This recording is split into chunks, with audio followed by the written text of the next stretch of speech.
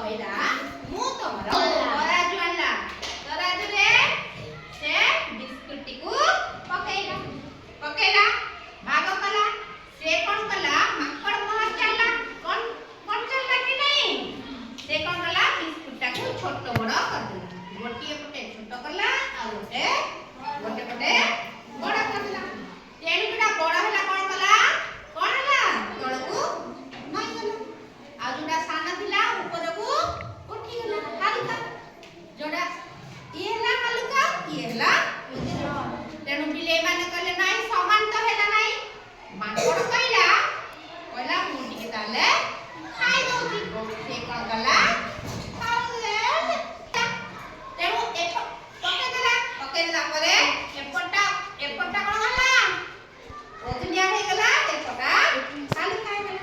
ପୁଣି ମାନେ ବିଲେଇ ମାନେ କହିଲେ ନା ଏପଟଟା ଓଜନିଆ ହେଇଗଲା ଏପଟଟା ହାଲକା ହେଇଗଲା। ତେଣୁ ବିଲେଇ ମାଙ୍କଡ କଣ କଲା ଏପଟକୁ ଆଣିକି ଖାଇଦେଲା।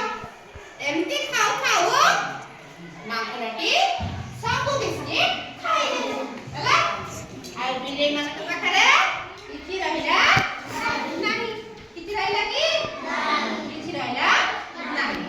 ତେଣୁ ବିଲେଇ ମାନେ କଣ ମନ ଦୁଃଖରେ ନିଜ ଘରକୁ ଗଲେ। ତେଣୁ ଏଇ ଗପରୁ ଆମେ କଣ ଜାଣିଲେ? କଳିକଜିଆ କେବେ ହବା ନାହିଁ।